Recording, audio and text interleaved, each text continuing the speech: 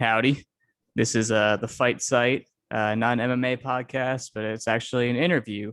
It's basically a podcast because I'm joined by Zach Makovsky, who is a staff member for the Fight Site. So when it's two people on staff talking, yeah, it's a podcast. But I'll be interviewing him. But he's pretty used to it at this point. How you doing, Zach? Doing well. Yeah, Happy he's to looming in the be shadows, and I'm podcasting interviewed too bright. in a Yeah, we don't podcast. have to label it. We don't need labels. Keep it casual. Yeah, our lighting is opposite right now. I think that can just be chalked up to his windows behind him and my windows in front of me, and there's nothing I can do about it. I have the blinds that I have. Anyway, we have a lot to talk about, but the purpose of this interview is going to try to be to get as much technical, developmental, analytical discussion out of Zach as possible with regard to his own career, the way he's developed as a fighter, the way he's evolved as a fighter, an athlete throughout his career. This is something I've tried to do many times with many different interviews, and it never works. It's really, really hard to get MMA fighters to talk about this kind of stuff. And, Zach and I have talked about it before, and it's usually because they aren't thinking about it very often. But I know for a fact that Zach does. So he's going to have something to say. I don't know what. And I don't know if he knows what either, but we'll find out. But yeah, let's get into it. So if people are unaware, Zach's been fighting for a long time. He was world champion in Bellator at bantamweight, and then he was in the UFC as a flyweight, where he got all the way up to a number one contender fight against John Dodson, and then they robbed him and didn't get the title shot. Ended up moving on at some point and fought in Russia and is fighting more so in the Middle East now with Brave. So how's your experience been with Brave? How does that compare to other organizations you've been with? I mean, I like them a lot. They seem to want to really develop it as a sport, not as so much like an entertainment kind of perspective. But there's issues like they still manage and promote fighters, which is a conflict of interest. Mm-hmm. But I mean, overall, they during fight week and in and out of the cage, they treat you extremely well. It's a little. I think they put on much better fights than they actually get audience wise. I think the quality of fights they have deserves a bigger audience than what they're currently getting. I mean, I think it's only 4 years old or something. They haven't been around too long. So, I'm hoping they do good things. They support the, like we talked about in our last podcast, the IMAF Amateur World Championships. And so they're trying to do some good things for the sport in general. So, so far, so good. Mm-hmm. Yeah, and they've also been utilizing the tournament structure in MMA, which I think is underutilized for sure. And part of it is that with the unified rules that are enforced in most places, you can basically only have people fight almost always. You can only have them fight once a night, and then the turnaround time for fighters can be pretty difficult to arrange. So having multiple bouts in a shorter period of time for a tournament is tough, but they do longer form tournaments, kind of like what Bellator is doing. So you were in their flyweight tournament recently. Your opponent was somebody that you beat in your first fight with Brave, I think it was. That was a close competitive fight. That guy's really strong and competent in most areas. Hard to deal with, but you definitely put a good game plan on him. You had the wrestling advantage, and you ended up counter striking him, taking him down. In this fight, it was essentially the same. I actually thought you did better in the rematch than the first fight. The counter striking was really good. At one point, you hit him with that beautiful counter knee to the body that folded him. Almost put him away there, and took him down a few times. Really great fashion, rode him out. Had two pretty clear rounds, and then a round where in the third round where you definitely thought you were ahead, and you're kind of coasting a bit. Took the back foot, let him work, and they gave it to him, which didn't make sense, especially considering that you got the first fight, and this was an even better performance. How are you feeling now about that fight and that performance, and what's your future looking like as far as competition? Yeah. I honestly felt it was one of my better performances that I've had. I felt good about it in there. Mm-hmm. Rewatched it. Obviously I did kind of take my foot off the gas in the last round. But to be honest, there was no reason I shouldn't have, Right. given what actually happened. Yeah, I think it was probably the worst decision. I've been a part of some decisions like the Dodson one where I thought I won, and the Sherbatov one, and then other ones that were close that went my way. That, like the first fight with this guy, I thought actually, although I do think I gave myself a slight edge, like there is like an argument for him to have won the fight. This one, I don't think that. I think this is probably the most egregious decision I've been a part of personally in my career. I just find no criteria on which you could give him either one of the first 2 rounds.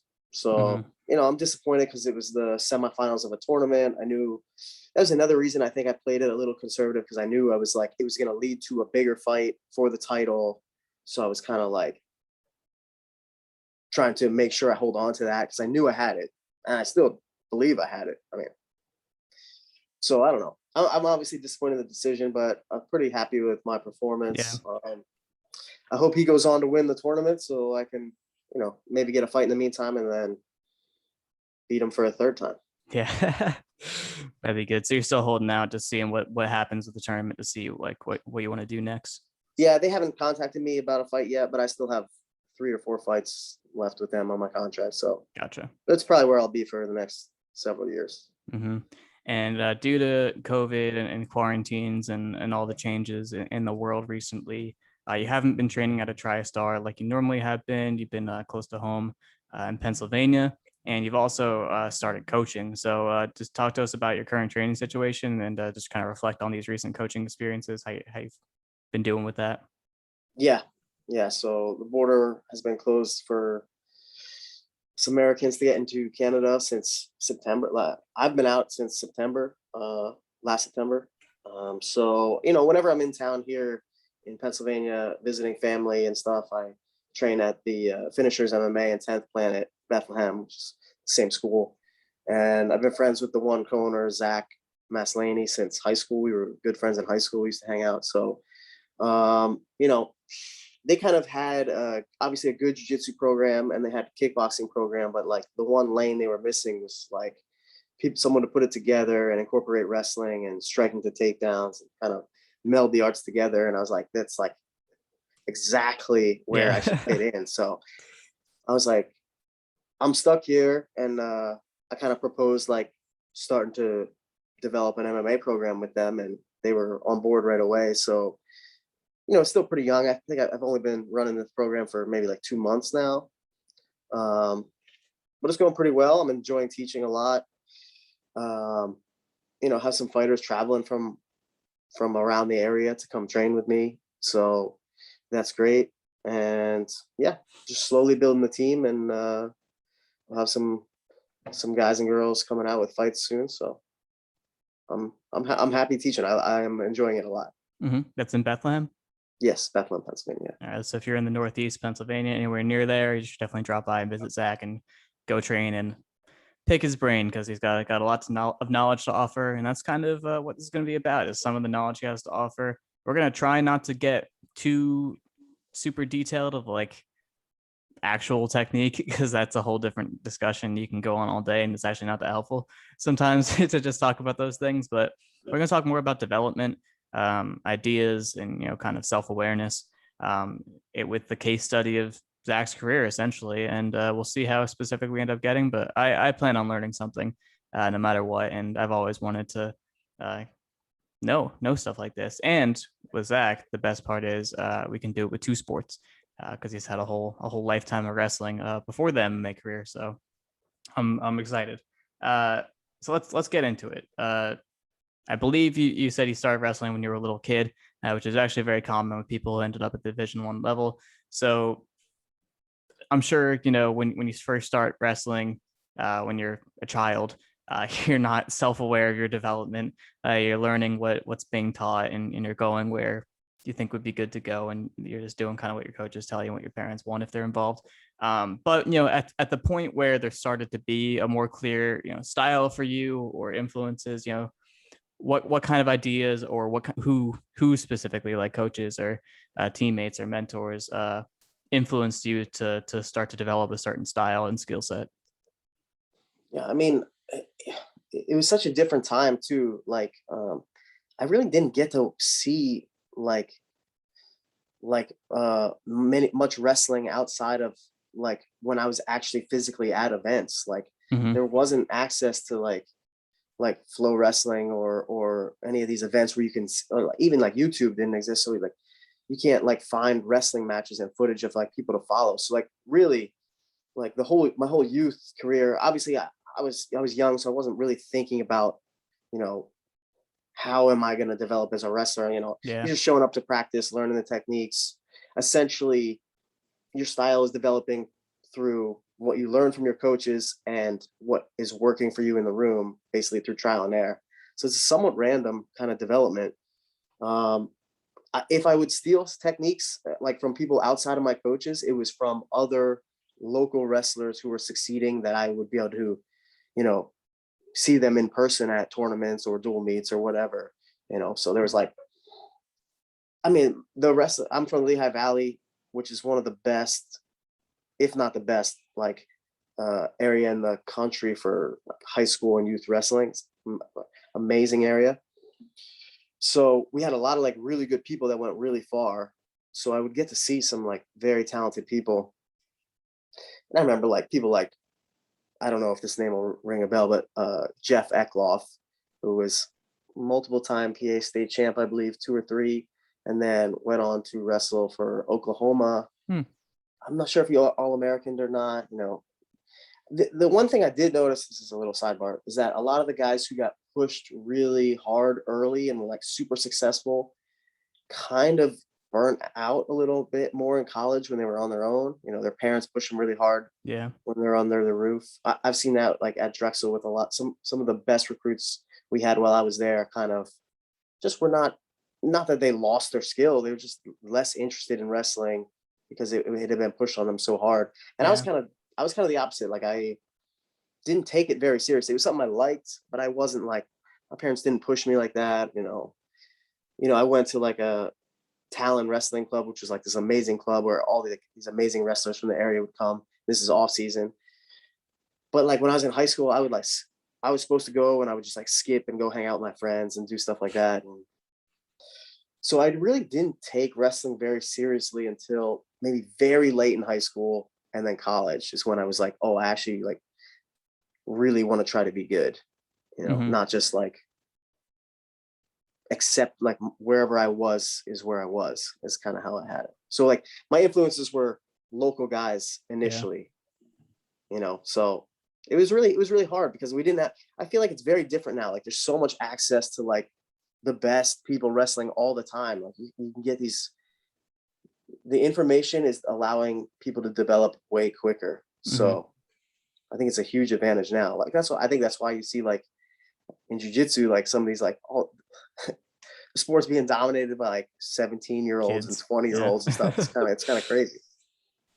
For sure. Yeah, I think the internet is like, I think when you in hindsight, when people start discussing like eras of sports, the era where developing athletes as kids start to be able to have access to all this footage for free is definitely going to be sectioned off, because it's just night and day. It's not even Yeah. fair.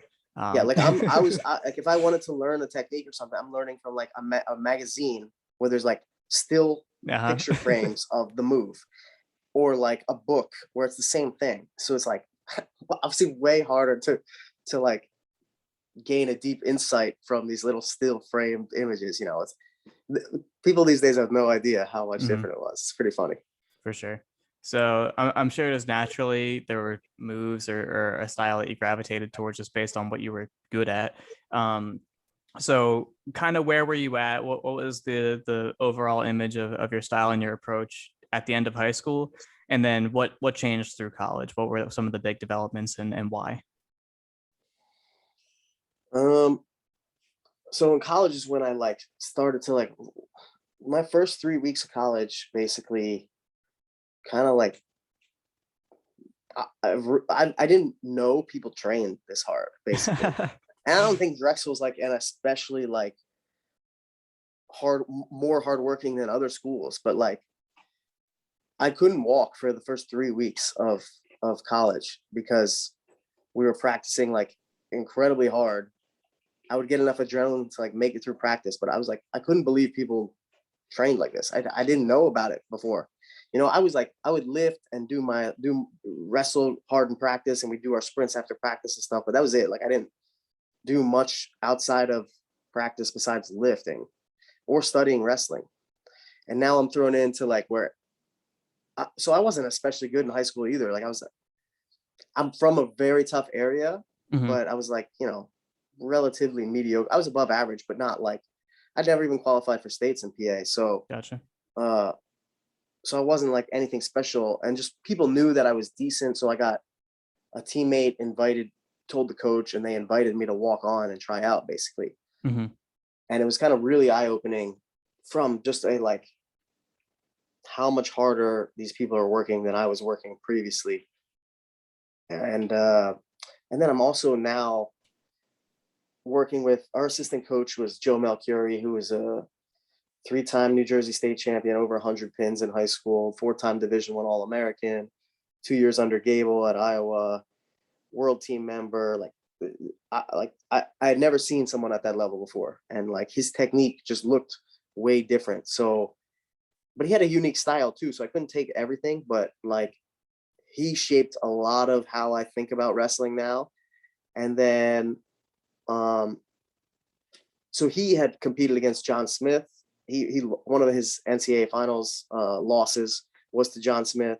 So and then he was a fan of John Smith. So he would show a lot of stuff that John used to do. And then I started looking into John Smith on my own and like buying his VHSs and how low can you go, this low single stuff.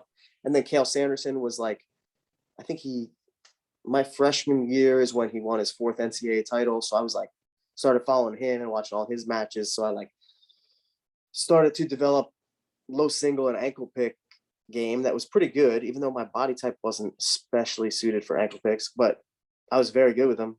And I kind of I liked the way they wrestled. So I gravitated to like much more of a takedown artist than like a mat rider. I was much better at takedowns than like riding or even like escaping or reversing from bottom. So I'd say most of it was at least through Joe Melchiori, and then he introduced me to John Smith, and then I saw Cale Sanderson also. And those are the guys that like really heavily influenced my wrestling at that time. And did you, that was reinforced by your results in competition? It was working better than things you'd done before. So you said, I'm going to keep doing this. Yeah. So that's like, when I got to college, I'm now in a Division I program, and I had never even made it to the state tournament. So I'm like in the room if there's other PA guys in the room, they're like a state champ or 2-time state champ. And then if the guys from out of state are like 3-time Connecticut state champs and like who I would do really well with. So it was like, it was interesting. But like, so I would basically like the bottom of the barrel when I got there. So, just to be able to like take one of these guys down once in a while, my first year was like, okay, I'm starting to do some stuff right. So, and then after my first year, I really committed to wrestling, and I got so much better. I was like, better than most of the guys around my weight in the room. We had All-American Rob Redmond. He was ahead of me at 125 when I got there. And then later in my career, we got Steve Middich, who I don't think All-American, but he was close. He was like a top 15, not top 20, maybe 125 pounder. So I got really, and I was doing really well with them consistently in the room after that first year. That first year I got murdered every day for a year, like murdered. But yeah, so, and those were the techniques. So as I started learning more from Melchiori and then started studying, I just kind of like, it wasn't like I didn't think about it. I just saw Melchiori, showed what he did. And then what he told me, like some of this stuff is from John Smith. So then I would look into John Smith, and then Cale Sanderson was doing low ankle attacks. And I just found it like a kind of a less, if I miss an ankle pick, I'm not really in a vulnerable spot to be scored on anymore. I can kind of like, it's less of a committed attack, but the finishes are easy too, because you're catching them at the foot.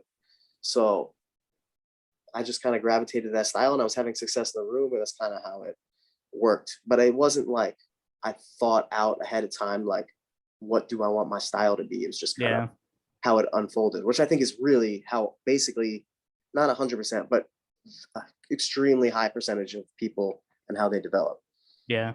Yeah. And it sounds very familiar to what MMA training is like for most fighters, because you have so much to learn right away. So you're just focused on learning new stuff because you have to catch up to where everyone's at. So it's we'll get into it, I'm sure, but I think it's even worse than MMA. So, oh yeah. Well, I'm ready to get into it. So let's shift. College is over. You start training in MMA. You can definitely tell me what that looks like. You know, are you at a gym? You know, were you just messed around at first? But by the time that you feel like you officially had started training to be an MMA fighter, what was that looking like for you? You know, what were you doing that was working? You know, what kind of stuff were you learning? Why were you learning it? Or is it more of just hear the people telling you what to do and you're picking it up and trying to apply it? It was definitely a lot of that. But so I always, like, even in high school, I was like renting like the VHSs of the UFC and stuff. And like my dorm in freshman year, I would like go buy these the early Pride VHSs, and you know, like a bunch of people from my floor in my dorm would watch these with me. And I was just always interested in I don't even know if it was called mixed martial arts yet. It used to be NHB, right? But I was like very interested in this. And Sakuraba was the first probably guy that like stole my heart for the sport. So like, and there was a guy on Drexel's wrestling team, a heavyweight. So I don't even think he wrestled in high school, but we only had one heavyweight and there was no one else on the team for him to wrestle. And this guy wanted to fight, and they just let him practice with the guy because the guy needed a big body. And so like I became friends with him. This guy's name is Mike Parzik. Maybe the guy who got me officially into MMA. So he was training at this school called Body Arts Gym in Philadelphia. And out of that, it was a Muay Thai gym. And out of that gym, there was a NHB team called Philadelphia Fight Factory.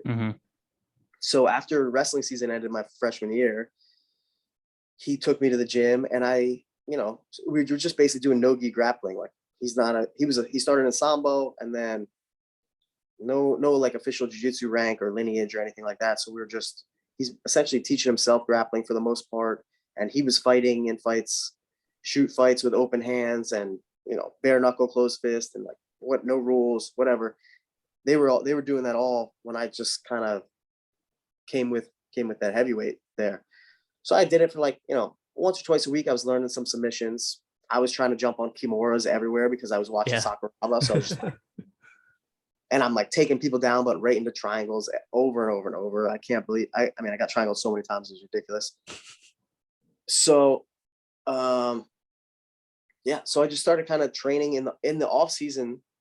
Instead, like, we would do freestyle in the room, but I wasn't like committed to like doing freestyle that much. I would mostly in the off season go train at this martial arts gym where Fight Factory was out of, and I would start doing like jiu-jitsu tournaments, no-gi tournaments and stuff like that. So all through college, I was in the off season, I was, you know, working on, I wasn't really doing any striking, but we were doing grappling, even sometimes grappling with ground and pound, but no striking on my feet. So I was doing like no-gi jiu-jitsu basically. And I was instantly like one of the better guys, I think, just because of my wrestling. Yeah. And I could control people and stuff. So it was really good. And like, I think the second summer I was there after wrestling season, Eddie Alvarez showed up, and I knew him from wrestling in high school. My high school wrestled his high school. And he showed up and would come train and do whatever I want with him. Anything, crush him. And then I would go back to wrestle for 6 months, and he was done wrestling. He didn't go to college. He's like working construction and now committed to training. I'd come back the next off season, and you know, he's way better, but I'm still occasionally catching up. I go away one more season, I come back. I think now he's 3-0 as a fighter, and now I can't do anything to him. Like, he is crushing me at everything. So like, I saw him, like, I was gone for 6 months at a time, but I would come back and see him like taking leaps. Mm-hmm. So it's kind of like that. And yeah, so I mean, by the time I graduated and transitioned to MMA, I had already had, you know, a few months, a year of no-gi training for 4 years. And then I took my first pro MMA fight 6 months after I graduated from college. And it wasn't like a plan. I wasn't like, there was no smaller weight classes. Like, so I was never thinking like, this is going to be a career. It was just like, you know, I knew early on I was never going to be like an Olympic caliber wrestler. So if I still wanted to compete, it would have to be probably a different avenue. And I was always interested in martial arts. Like I said, I used to read Bruce Lee books in high school and stuff. And so I, you know, started training there, liked training, liked doing jiu-jitsu tournaments. Decided I wanted to take a fight, and then took a fight. And it just slowly, as I had success, kind of progressed to the point where I was like, okay, I can quit one of my 2 jobs and like train more, and then eventually train full time. Mm-hmm. So that's how you ended up as an MMA fighter, but in all the while you're just kind of picking up skills naturally, just showing up, learning whatever they're teaching. So was there a point where you're like, all right, I need to be at the certain place, and your training became more focused and like intentional? Or was it just like you upgraded your training situation, you just had access to more information, and it was more of the same, but with more people, more information? Yeah. I mean, it wasn't like, I don't think until, you know, semi recently, I didn't take a big picture account of like my development or how to kind of combine all my skills into like a coherent system that I should apply. You know, Mm-hmm. It was just kind of like, and I really think this is the way for most fighters even now. It's just like, okay, like I'm learning boxing, so I'm learning how to punch and my mechanics and how to throw combinations, and I'm learning Muay Thai. And I'm learning how to kick and clinch and do some stuff there, and I'm learning whatever wrestling. I was already, you know, an accomplished wrestler, and I'm learning jujitsu, and these are the things that I do in jujitsu. So it's just like, as you get into these situations in an MMA fight, you just are responding with the ways you deal with it in those individual ones. Mm-hmm. And it was never like you, like now all my training is done with with MMA context in mind. And I mean, I started doing this years ago, but for a long time, especially early, it was just like kickboxing class. And this is so anytime that you encounter that situation, even when it was an MMA context, it's like, this is my response that has been ingrained in me, you know? So I don't know. The development wasn't connected in an intelligent way, for sure. I was well-rounded. I was getting like skills in every area, but I wasn't really connecting my game in any kind of coherent way for a while. Now, Mm-hmm. this was a long time ago. MMA was still really new. Right. So I was still ahead of most people, I think. I had enough grappling and wrestling background, and I was a good enough athlete to be able to like move in and out of range and throw some strikes, but I wasn't like a good striker or anything. Mm-hmm. At what point did you end up going to TriStar for the first time? It was after I was Bellator champ, maybe 2012, I think. So you won a world title, just training skills individually? I mean, it's not like I didn't know I was fighting MMA. We would do MMA sparring, and I would have to figure out. I think like I figured out quickly that, and no one really told me this stuff. It was like, oh, if I want to be successful at wrestling in mixed martial arts, like there's some gaps I have to fill. It's like, how do I close the distance effectively to get a hold of them? Because all the setups are essentially totally different. Like you're not like pulling on the head and making them step and faking a one leg and setting them up with a shot at the other leg. Like none of that exists. I have to find a way to manipulate their position without really touching them for the most part unless I get to a clinch where I can do it. Mm-hmm. And I figured that out fairly early. I don't really know how. I just knew it just made sense to me. I don't even know if I knew that, like, in my own head, that I saw I was taking people down better, like in a more efficient way than most people I was watching fight, you know. I don't know. Hmm. I But it think, was kind of it was yeah. kind of just like trial and error, basically. Hmm. When it comes to wrestling for MMA, what I see, like when I look at a fighter's career, like from beginning to present or end, um, the first thing they almost always figure out is reactive shots are there. Like in wrestling, you almost never have someone coming at you with their hands up, going for Mhm. your head, you know, Yeah. hips forward. Like it's like, wow, that is free. That is a free takedown. So I feel like instinctually that's pretty easy to figure out. Um, did you, you know, a lot of the, I mean, you're someone who has a lot of interesting setups for your shot entries, not just reactive shots, you know, ways to get people into those vulnerable types of situations. Did it build off of that understanding? You just started making stuff up, and or those things that were taught, like the skip up low kick into the single, the snatch single, for example, like you hit on Joe B. Is that something you figured out, or is that something that was taught? Um, yeah, that's my question. I think it slowly developed on my own through trial and error, and then once I made that like realization, like, oh, I have to find new ways to set up how I'm going to get a hold of them. I started. I mean, I was always watching MMA, and I was always a fan, and I started watching a lot more. Trained with Frank Yeager a couple times, so I'd watch him a lot. Yeah. George was always my favorite. It's the reason I initially wanted to just visit TriStar, just for the experience to train. Where, in my opinion, the best fighter ever trained. Mm-hmm. So, but he was, and the fact that he didn't have a wrestling background and was taking down guys like who I watched wrestle in college, Josh Koscheck, Right. who was a 4-time All-American national champion, and George can take him down more than Josh can take him down by a fair bit. Is it just kind of validated what I was already kind of seeing, you know? I don't know. Mm-hmm. So it was through trial and error, my own thing. Like that, the skip up low kick specifically, I think was my own my own. I put it together on my own without seeing it from someone else. It was just because I would use this kick, and people would always try to step in and hit me when I threw the kick. So, and I know when they step in and try to swing and are committed, that is when they're most vulnerable to be taken down. And I think my style kind of, um, I mean, there's other reasons I think I developed the style I did, but mainly I was like pretty good athlete and fast, so I could like, even though I was smaller than most of the people, I could like get in and out and like touch you and be out of range before you could hit me back.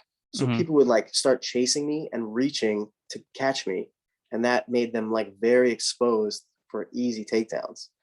And that was like most of my game, probably up until through Bellator, was like pick and poke, get you to chase me, and take you down when you overextend, and then Mm-hmm. try to control you, ground and pound, pass your guard, and submit you if I can. But that was like basically what I was doing, trying to poke at you, and when you overextend, take you down. And if you just let me pick and poke at you, I'll just move in and out. You're gonna have to do something eventually, you know. It's a good idea. It definitely works, and that's it builds off the very first thing you probably noticed as a wrestler is like, oh, when people move towards me, I can take them down much easier. So make a move towards me, and you utilize your natural, or not even natural, just existing attributes and skills to do it. So that makes a lot of sense. Yeah, I think like when I Yeah. started sparring, I noticed like I would like step in and try to throw like make it look like a really hard jab is coming, and then try to just double. And Hmm. people would always be stepping back, and I would Right. end up like really extended, like barely get their leg or be at their feet, and I would get sprawled out over and over. And I think I just realized like this isn't exactly working. Like I have to figure out something else, you know. Hmm. And you see that a lot. Yeah. People just trying to like Still do. throw a punch to get their hands up, and assuming their feet are going to stay in that same spot. And they're like, most of the time, if you throw a committed attack at someone, they're going to at least like start to move back because they're not sure what's coming either. Hmm. Yeah, I have to entice them to come forward, or at least to like plant and try to counter me. Hmm. When it comes to like pure like ideal optimization, you know, something that I believe is like if you're going to move forward on your setups to strike, unless you know for a fact that this person has these reactions and they're going to be there and they're going to plant and try to hit me, uh, I feel like moving forward, your goal as a striker, if you're trying to wrestle, should be to put them on the cage. If you like to wrestle on the cage, and if you don't like to wrestle on the cage, you should be trying to figure out when they're gonna counter or when they're gonna lead to hit your reactive shots. Because like Sarah Longo is a camp that teaches like stepping through your rear hand into a single, and I've seen a bunch of times Sarah Longo guys like Aljo and Marab, even like Al, stepping through their right hands, and their opponent moves backwards and they shoot their single and they're on their knees and their head is down and they're extended on their single. And then, you know, we haven't even touched this yet. We kind of talked about it, just, you know, winning by competency, right? Just being better in places than other people. Not a lot of MMA fighters know how to defend singles well. So you can be like on your knees, like extended on a single and still come up and finish a lot of the time. I mean, Khabib kind of made a career on that for a while without really good setups in space. But yeah, just, you know, it's talking about like an ideal world, imagining opponents that are going to be able to punish that. Like it's not really optimal, but yeah, it's like, are people thinking about that? Or gyms thinking about that? Or they're just like, here's something that can get someone to respond, and when they respond, that's a good time to shoot. Instead of thinking about what's the best way to finish least path of least resistance. And I also, based on that, wanted to kind of get your thoughts, because you've said it before. You said you don't really like wrestling on the cage.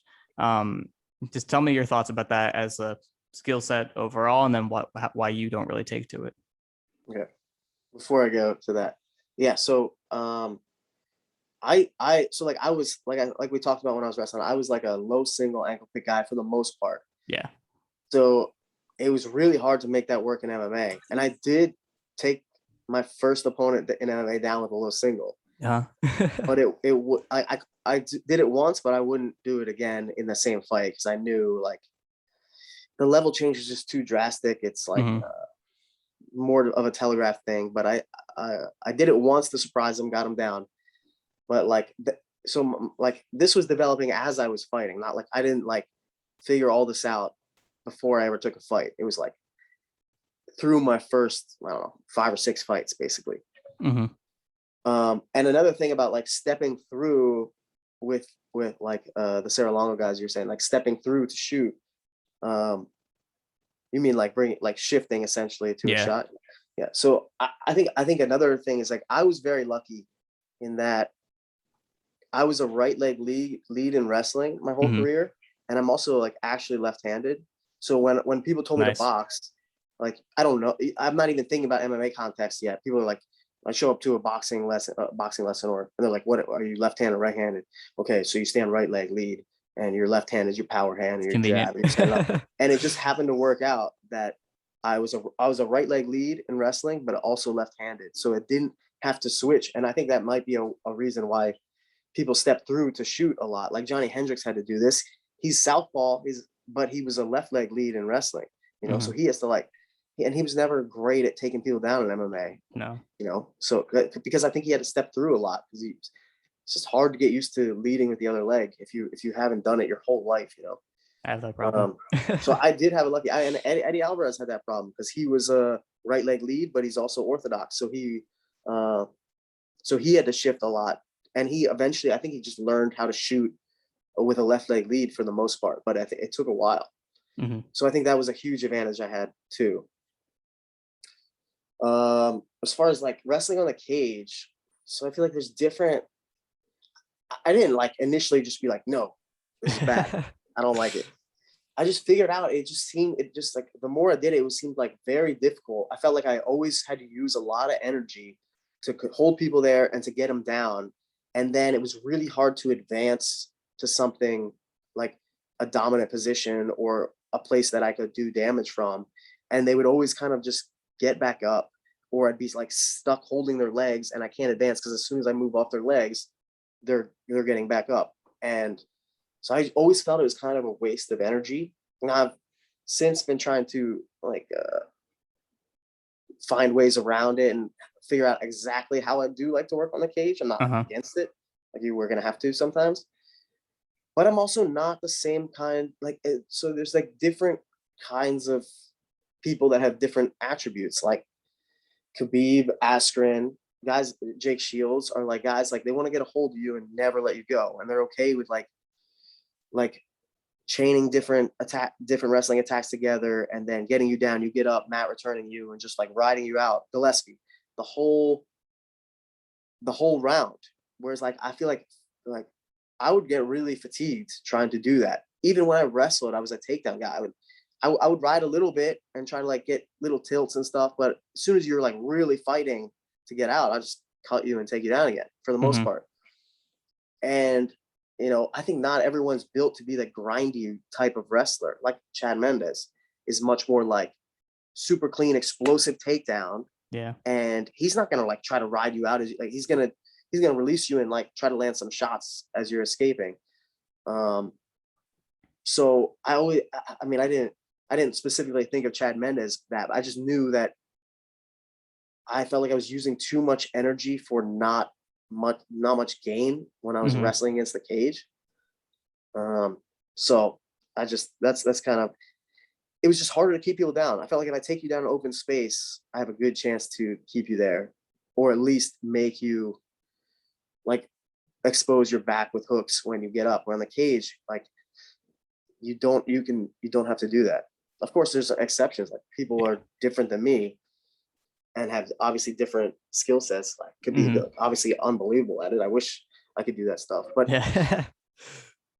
but not everyone's the same and doesn't have the same physical attributes, and your style is going to be probably related to your physical attributes. It should be, in my opinion. So that was kind of how I approached it. I see, like George was my favorite fighter, and I modeled my takedown game off of a lot of like how he did it, even though I was already kind of getting on that path anyway. Yeah. But like he rarely would take people down against the cage. A little bit here and there, like he'd get a single, but he would like clinch you and like strike with you a little bit, and then like maybe attack a single and go back to the clinch. But he wasn't like nonstop pushing people to the cage and like mat returning them all over the place. Clean, easy takedowns. That's what I'm talking about. I definitely I like that.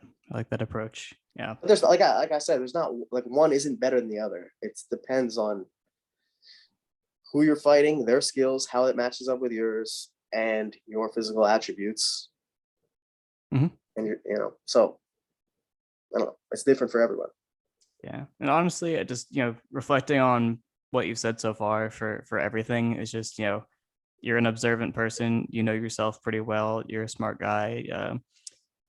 This is a huge reach. You studied science in college, so you have that mindset, honestly, of like trial and error and making adjustments based off results. And you did things that made sense for you, and you made changes based on your results and how things were going. And honestly, that might be a lot more than a lot of people. A lot more insight than people have, and a lot more awareness than people have. So it just sounds like your development going in a good direction. Wasn't really based off coaches saying like, hey, Zach, you got to think big picture. Like, how's this all working together? How is this optimized? It's just you figuring it out. But I also sought out coaches who I thought would fit my style well. Like, so like, I started watching. The first time I really watched ADCC was 2003. That was Marcelo Garcia's breakout year. And I was when I was introduced to him, and I was blown away by him. I liked how he was approaching things from the bottom, which is like butterfly guard arm drags to double legs and like take the arm drag to the back and stuff. I was like, this stuff that's already that I already know how to do, and he's just doing it in a slightly different context. And he was short and stocky and built like me too. And then I also liked Leo Vieira a lot. His passing was like, I thought his passing was unbelievable. He passed Eddie Bravo's guard like 15 times in that match or something. Right after Eddie subbed Hoyler in like the biggest match ever, he got crushed by Leo Vieira. And so Leo and Marcelo were like my initial jiu-jitsu influences. And then I went, as soon as I knew Marcelo had a school in New York, I was like, he's a guy I want to work with. And then through watching George and like some of his training and stuff, I was introduced to Phil Nurse, and Phil Nurse was in New York too. And like, he didn't have like a super traditional Muay Thai style, or, like he moves a lot. He does a lot of like, kind of like big fakes and like misdirection. And I feel like it was all, he moves more than like the average Muay Thai guy. I felt like that was a good good fit for me too. So I, started training with those guys. So I tried to also it wasn't just like knowing what my skills were and how to try to think about it, smart ways to train, but it was also seeking out coaches who I thought would aid in that development, not just kind of like any random coach or just a coach because they had a name. I mean, obviously they did have names, but that wasn't the only reason. I saw something specific that I thought would be helpful for me, Yeah, for sure. This might be the answer to that question. But what were some of the most important changes that you made throughout your career that helped you become the best version of yourself as a fighter and an athlete? Do you think it was just those going out to find new coaches, pick up new techniques, stuff like that, or? So this is probably I don't know, it's surprising, but this had a huge influence on my game. I don't know if it was entirely good. It was certainly good, at least in some respects. But so like as my striking was developing, I was kind of and if my early fights, like I'm just like jumping flying knees and throwing like jab overhands and like the traditional like my second fight, it's like jab overhand, try to shoot. Oh, he sprawled. I got a body lock, and then I got him out, taken down out of a body lock or whatever. And this is maybe a little over 2 years since I had my first fight. Sparring in the gym, and I'm sparring. We had one of the best females at the time. I think she was ranked number 1 in the world at 125. I mean, this is before women's MMA was big or anything, but Tara LaRosa was a girl who trained with us, and she was, a little bigger than me, but around my weight, and we would train together a lot. She was very good at jiu-jitsu at the time. I think she was a purple belt under Hoist. Like I didn't even have a belt, we were just doing no gi under a Sambo guy. So, and we were sparring, and I think I was like really into Roy Jones at the time. So I was watching Roy Jones. I'm like, hands down, like a lot of stuff. And she threw some kind of fake at me where I really flinched bad and head kicked me and put me down. Ooh.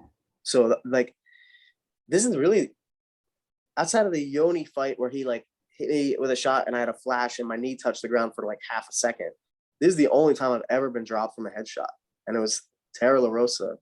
So, I mean, like it hurt my ego a lot. A girl just flash put me on the ground. Like I knew what hit me. I wasn't like sleeping or anything, but like flash, and I was sitting on the ground, and I was like, oh man. It just made me realize basically like, okay, if she can hurt me, anyone can hurt me. Like I have to have more respect for these shots. And I didn't like come up with like a way to fight more defensively responsible, but that was like a natural, I just started to instinctually respect every shot, because I'm like, okay, any shot now, even though it was a head kick, and she never threw lightly. It was like as soon as I stood up, I was like, oh my God, I can never train at this gym again. I was like, so like my ego was so hurt. And I was like, she was like, oh my God. And I'm like, we have to keep sparring. Like, I can't let it stop here after like, so I sparred her a little more, which I shouldn't have. No. But my ego was hurt. But I got over it. And I think I just started to develop a much more defensively responsible style. And I think that actually had a huge influence on how I ended up developing. I think there was a lot of good things that came out of that, but I think I'm also overly cautious sometimes. I developed that's when I think I like really shifted towards being a counter striker much more heavily. And it wasn't like a conscious thing. I'm not like, okay, I'm just going to be a counter striker and make sure I'm as safe as possible. Just kind of, I just started fighting with more respect for shots, and it developed off of that. And then, I don't know, that was I think a huge part of why my style is the way it is now. It's interesting. That is interesting. Yeah, it sounds like most of your development I can't believe I just shared this publicly. No, I'm glad you did. It's very insightful. But it just shows like how much of this stuff is kind of random or like luck based or organic, that was such a big influence for you. But that was a really like zig when you should have zagged. That doesn't happen, To be honest, if I would have stayed as aggressive as I was being early as I was a little earlier in my career, I don't think it would have served me as well. Yeah. Now I might have gone too far in that direction, or a little too much respect for shots, but I don't know. Mm-hmm.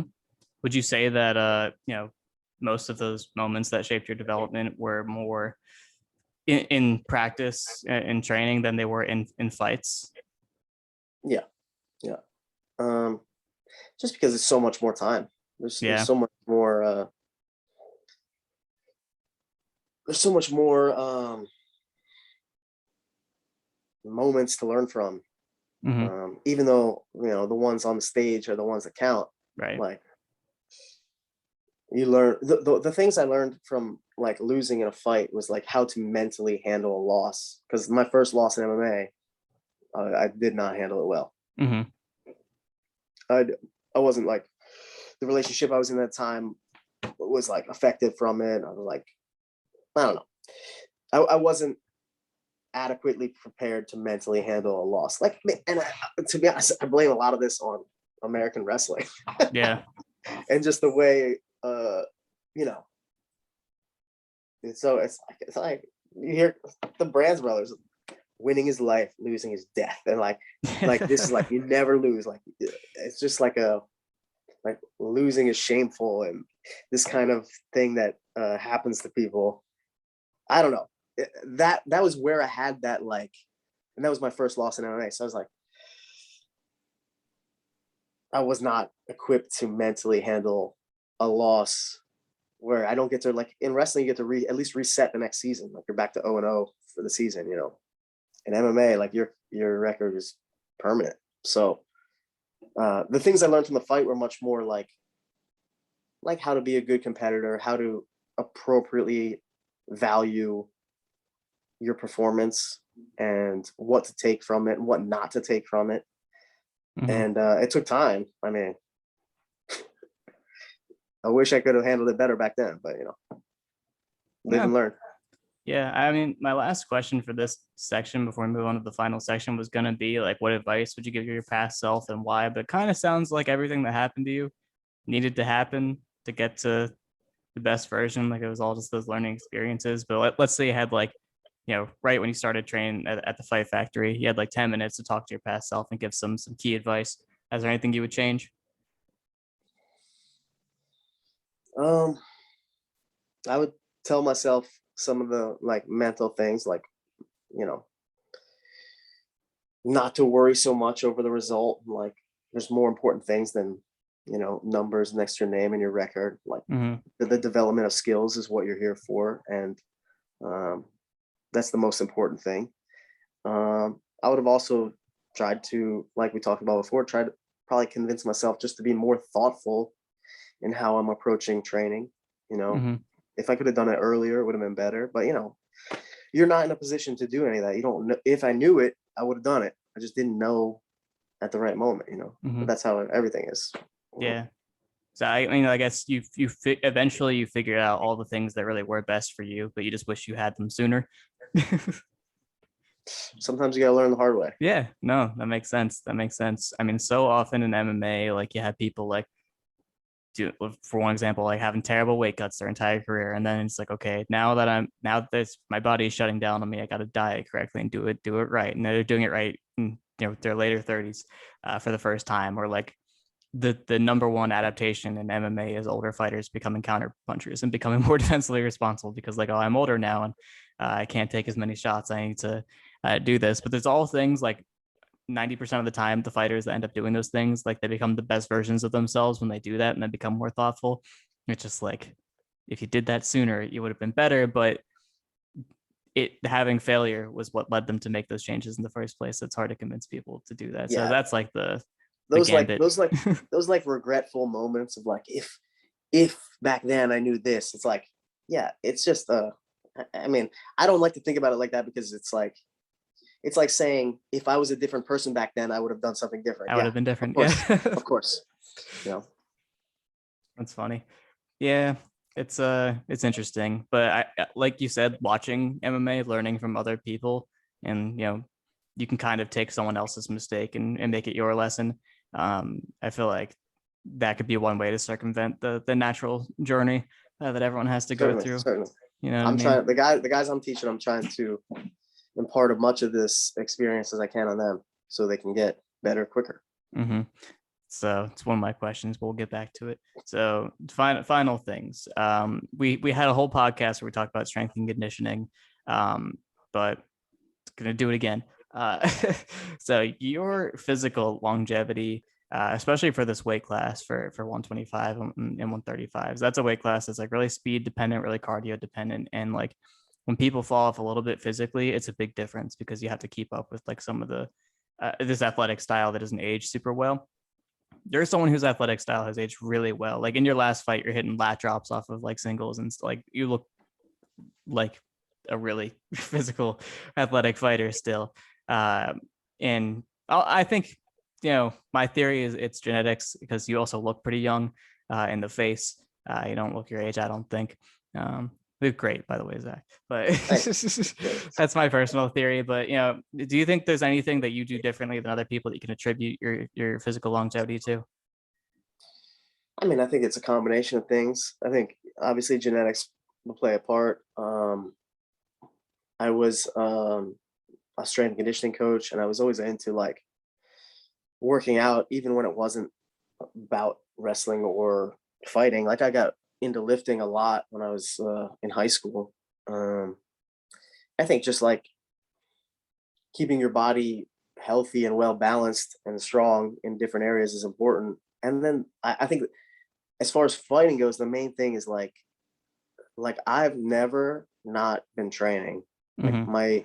my work is consistent, like all the time. Like I don't take months off to take a vacation or whatever. Like I don't get like real heavy between fights. Never do any of that. It's not Mm-hmm. like I don't have to like cut down to be. I don't have to like diet down to be in range to cut weight. Like I'm in range to cut weight all the time.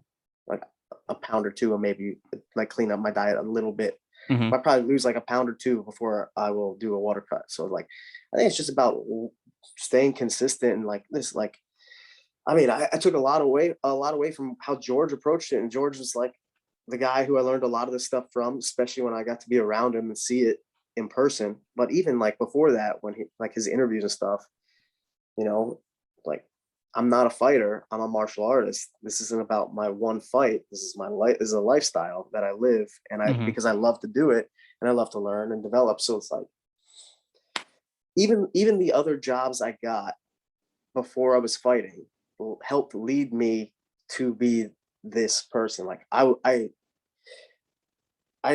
think when I was studying in school with a biology degree, I did biology because I didn't know what I wanted to be, and I knew it was like kind of a very general field that I could take in a variety of ways. Mm-hmm. So it was kind of like more options than just like I don't know some other random degree. But but because I got to I realized how much I really fell in love with wrestling in college, not biology. Yeah. But I knew I could also use biology to funnel myself in a direction that would help me be the best competitor and athlete I could be. So like even my other jobs were helping me along the way as a strength and conditioning coach. And I was working in gyms, so it wasn't like I'm gonna miss a workout. Like lunch break, I can get my workout in. I'm already at the gym before I go to the second job, so I can work out at any time. And then so it wasn't because I was like, I'm going to be a pro MMA fighter, so I'm going to work in a gym to be an MMA fighter. I was just interested in competing, and I became very interested in athletics. So I kind of put together that like strength coach and still trying to compete as an athlete together, and it helped me a lot.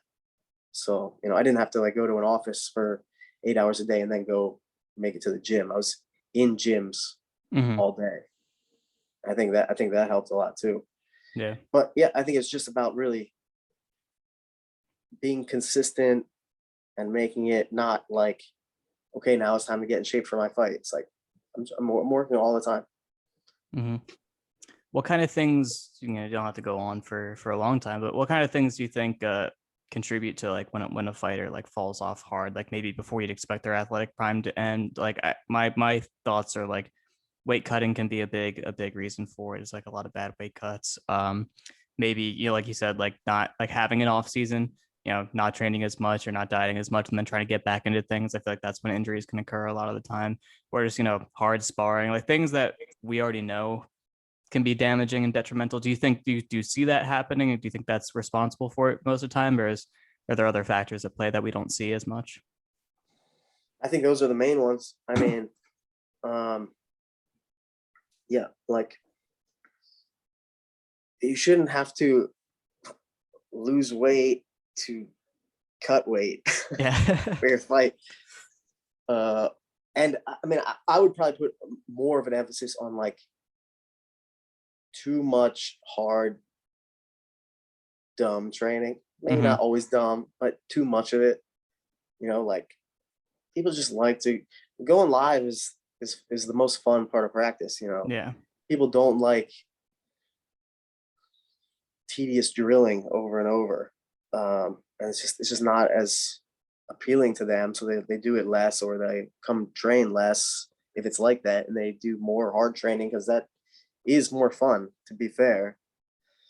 But I have the most fun when I'm like learning. So like I am a extremely tedious driller now. Like I'll work on one thing for months and then try to create that scenario in live as much as possible. And even though I'm doing the same thing for months, it's like if I can see my progress, that's the most fun.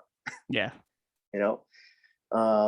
Yeah. So just like too much dumb hard training, too much ego in your training, not enough.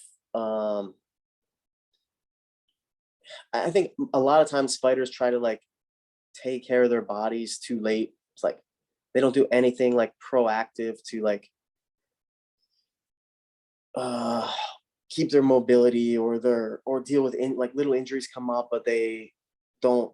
I mean, I'm guilty of this too, but not as much as most people, I think. And I think it's because I was a strength and conditioning coach and always working on a lot of this stuff anyway.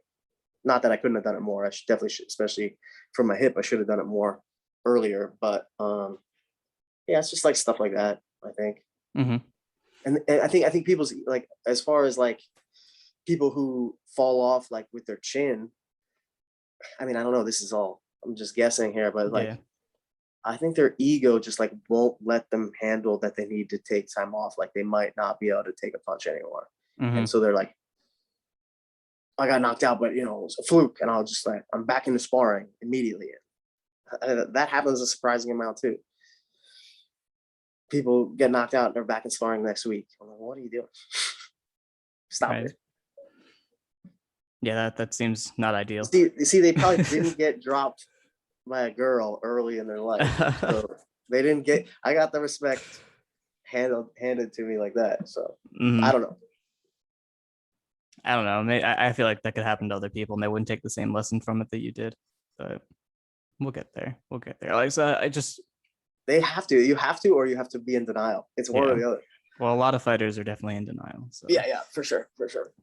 Can't doubt that. Can't discount that. But yeah, I mean, so much of this does feel like common sense. But people who can say, "Well, it's so easy," aren't the same people who have the kind of brain that would let them become a professional fighter in the first place. So it's like you have to understand like how people end up in these situations and who's guiding them and are they hearing the stuff. And also, I mean, just from like I don't know if you want to call it like cognitive psychology, what have you, but like brain development, like before your prefrontal cortex is fully developed, like you have the I'm invincible, I'm special thought, like I don't need to do the right things, I'm different. There's like 100 different factors that can leave people in that state where they don't kind of start to assess risk and protect themselves and do that. So they might know they might have heard all of this, but it doesn't mean they're necessarily going to do it. So yeah, I'm it's built like, different. what's Built that? different. You are built different, I think so, but it also comes with you got the brains to go with it. But yeah, The other so thing is like they like people.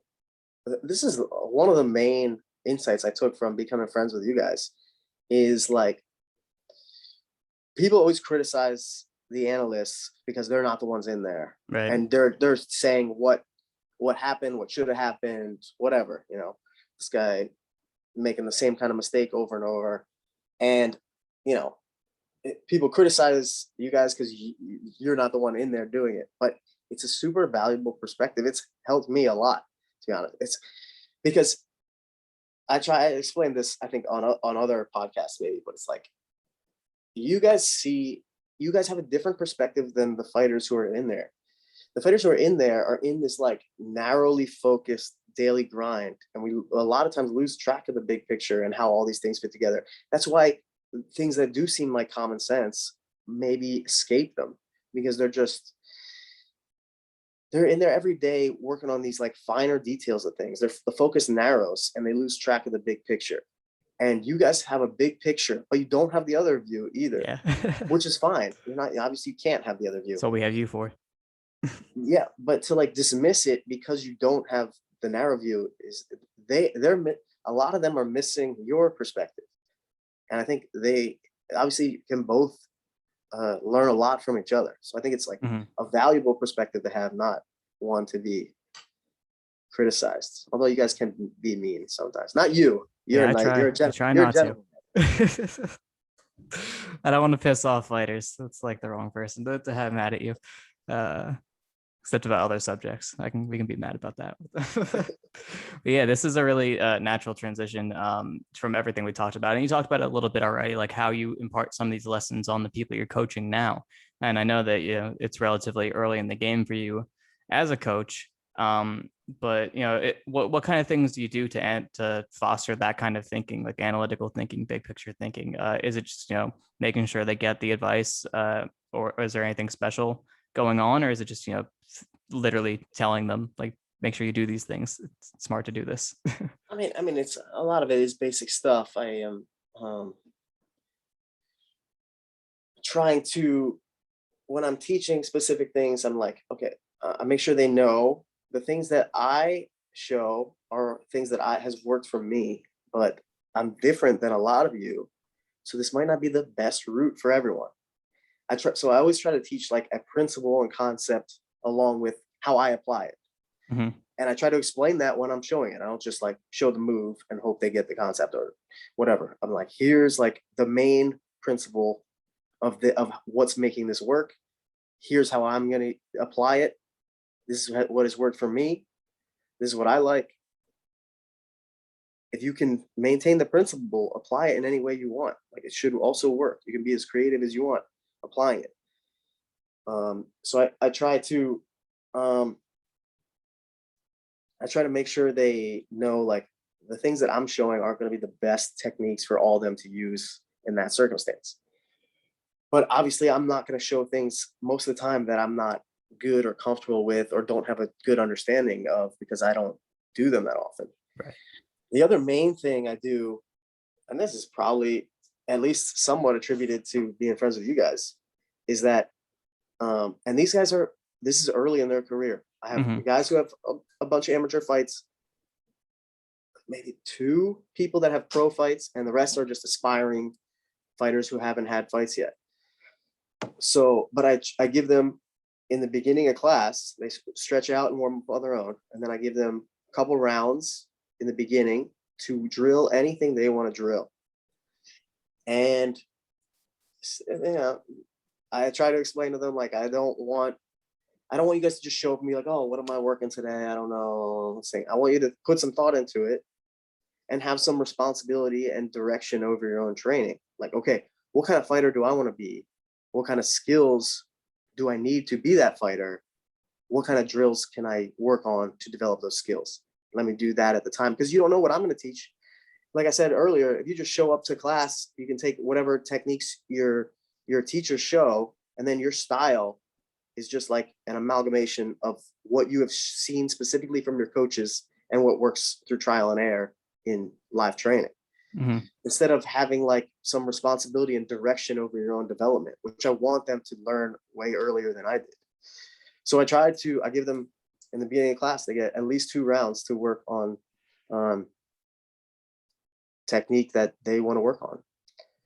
For us does this too. Like we warm up with technique. Now he didn't put it that way. Like, I want you guys to kind of have direction over your own training, but I think that's part of the implication. He just didn't explain it like that. But yeah.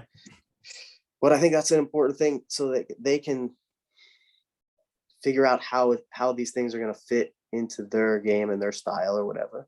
I mean, a lot of them just have to develop skills in every area. Yeah. But not the same skills that I have in every area. You know, I don't know. I'm trying to impart that on to them. Yeah, no, that makes a lot of sense to me. And I hope that there is more of that going around. And I'm pretty optimistic because I don't think you're the only one who thinks like this and gets it. You know what I mean? Just from my interview experience, Mark Munoz is super insightful and seems like a really awesome coach. And he thinks a lot in like systems and series, like you would in wrestling, like you talked about. You figured out that skip up to the single setup just based on here's how people react when I do this, and that's how you build a series, right? It's based on reactions, and you build a chain. But he teaches like his ground and pound system. Everything he teaches is a system, and I know he gets it. And yeah, I think just the fact that MMA is young and there's so many fighters like you who are like veterans and have gone through it all and learned all these lessons. Now you guys get to impart that on the new generations coming up. I think there are a lot of coaches out there that I hear say things that are that don't get it. And they get to work with some pretty high level fighters and they have a lot of influence. And I think that's negative for the sport. But I think, there's just too many fighters that have learned these lessons for it not to develop in a good way. So I think MMA is going to be okay. I think it's going to be okay, but we need to have more conversations like these. I'm going to try to have more with other people. Definitely going to take recommendations from you on who else you think would be good to talk to. We just got connected with Nate Quarry. I don't know if he coaches, but I think he's definitely someone who learned a lot from his career, and someone would be good to talk to. But yeah, just like I want to help. I want it to be good. I want everyone to be safe and happy and optimized. And I want to do it too. So it's good to plan ahead that way. But this was really awesome, Zach. I really liked getting that big picture, like timeline of your career and how everything went down. And we've talked about all these things basically in bits and pieces in various conversations that we have. It's nice to have it in one place, one continuous stream of consciousness. And hopefully this was different than other interviews you've had as well. And it's not something that people could easily find from another source. That's also my goal here. Yeah, for sure. Cool. The closest thing would be other conversations with people from Fight Site. So. Good. Do you have any parting words on any of these topics or anything else that you want people to know? I don't know. I mean, as far as the other things I'm trying to instill in my guys, like if they're training to be an MMA fighter, even when you're in kickboxing class and jiu-jitsu class or whatever, try to think about it in an MMA context. I mean, if that's your goal, think about how these apply in an MMA context. And then, I have some young people. I have a 16-year-old who just wants to win practice every day. He gets really upset if he loses. Like, I'm like, this practice isn't to be won. It's to learn and develop. And, put yourself in positions where you want to work on something. Like, we did like 3 days of dealing with people trying to guillotine you from the feet when you're taking them down as you're going to the ground, and then different positions you could end up in on the ground. And I'm trying to get these guys to like, listen, go out there and just, because we'll like the way the one class is set up, like I teach MMA technique for an hour and there's jiu-jitsu technique in the other room for an hour. And then we all roll together at the end.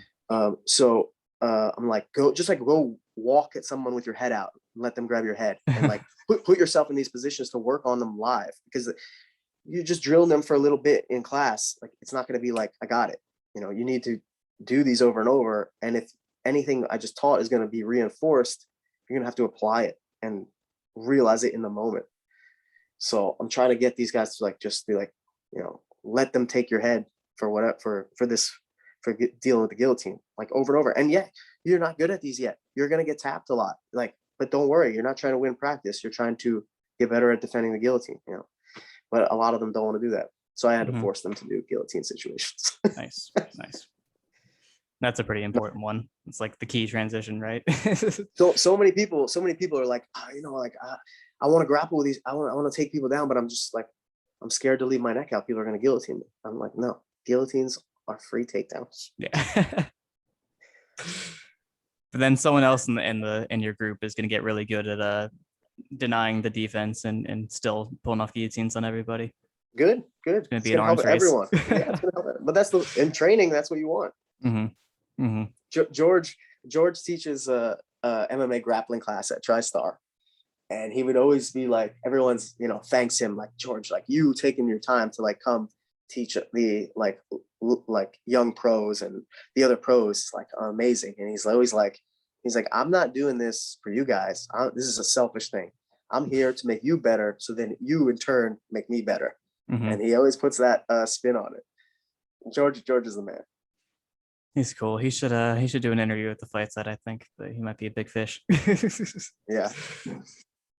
Cool. I could try. I haven't seen him for a while, but no, we'll have you both on, so he'll be more comfortable. I'm not sure that would make him more comfortable. And we'll drink. That'll help him. All right, cool. This is my favorite interview. This is really good. I'm still ironing out the format and the questions, but it's tough because you responding well to them doesn't necessarily mean that other fighters are gonna find them good questions to bring out their insights, but we'll get there. And I'd also like to thank Toasty for being such a good girl during all of this, and she only bothered me a little bit. Now she's asleep. She didn't even respond to that. So yeah, awesome. Everyone go check out Finishers MMA in Bethlehem, and follow Zach on Twitter at Zach Funsize. Is that your handle on Instagram too? No, it's at Zach_Makovsky on Instagram. Keep it consistent. No, that's all right. Just look up Zach Makovsky on both and you'll find him. But he shares a lot of good stuff, and you should talk to him about MMA because he's really smart. All right. Well, that's it. Yeah, I'm doing more interviews, so stay tuned for more interviews, and I'll do other stuff with Zach soon as well. And that's it. The end. Goodbye.